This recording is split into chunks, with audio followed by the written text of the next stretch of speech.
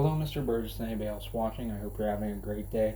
I'm sure many of you lift either in your home or at the gym. While many people lift, not everybody does it properly, whether it be with improper gear, improper technique and form, or preparing their weights improperly. There are only 4 easy steps to lift safely and at your best. I am first going to show you what gear you need. Secondly, I'm going to show you how to pick what lifts you're going to do. Third, I'm going to show you some things about proper technique and form. And fourth, I'm going to tell you how to do the lift and not cheat yourself. The first step when lifting is to get all the proper gear. The second step when lifting is to decide what lifts you're going to do. The third step when lifting is to use proper technique and form. And fourth is to do the lift and not cheat yourself. Now, the first thing is to get all the proper gear. The first thing you're going to need is water. Whenever you're lifting, you're going to be sweating, and anything you sweat out, you want to get back into you. Otherwise, you will get dehydrated and possibly get dizzy, and that's not going to be very safe.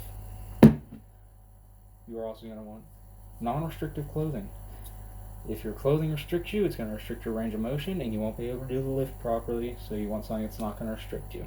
The next thing you're going to want is footwear with a flat sole.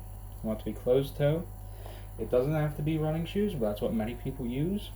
You can use either running shoes, Jordans with flat bottoms, or shoes made specifically for lifting, which are more expensive and not really necessary.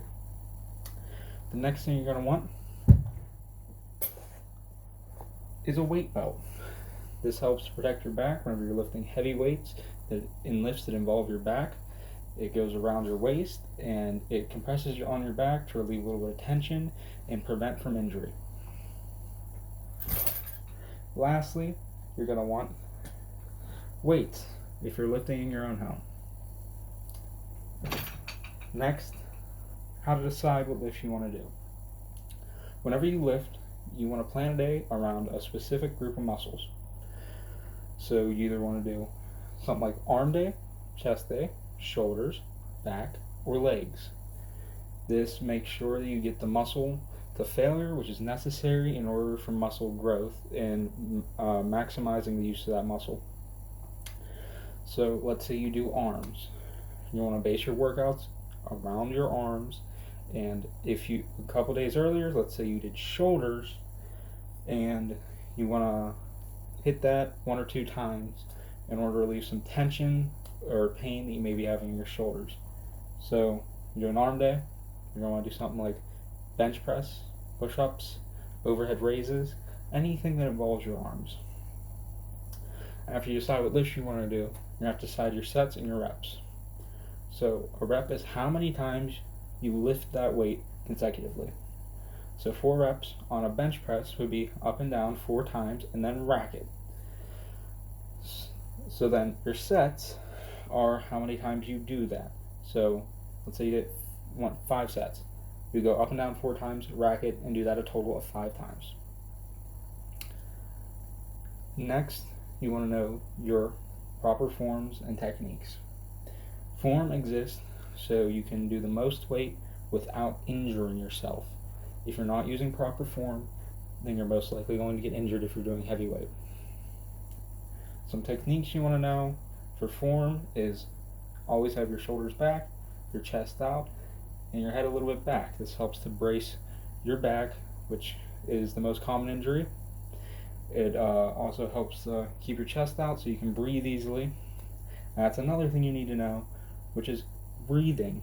Breathing is very essential whenever you're lifting in order to get proper oxygen flow to your muscles and to make sure you don't pass out. So whenever you're lifting, whenever you're coming down on something or you're not applying force, you want to breathe in. And whenever you are applying force or pushing out, you want to breathe out.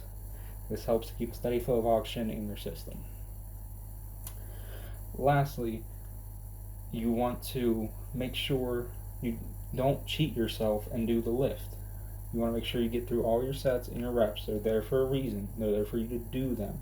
If you don't do them, you're only cheating yourself in that you're not going to be maximizing your muscle growth. So whenever you do it, do all your sets and reps and make sure you go through the full range of motion for that exercise. So if you have bench press and you're not going all the way down or you're not coming all the way up, then you're cheating yourself and you're not making the muscle work its hardest. That is all you need to know about the 4 easy steps for lifting. Today I have shown you what proper gear you need, how to choose what lifts you're going to do, some things about proper form and technique, and how to not cheat yourself. So next time you're at the gym, just remember these 4 easy steps and you'll be lifting at your best. So just remember all this and you'll be lifting at your best and maximizing your gains. Have a good day.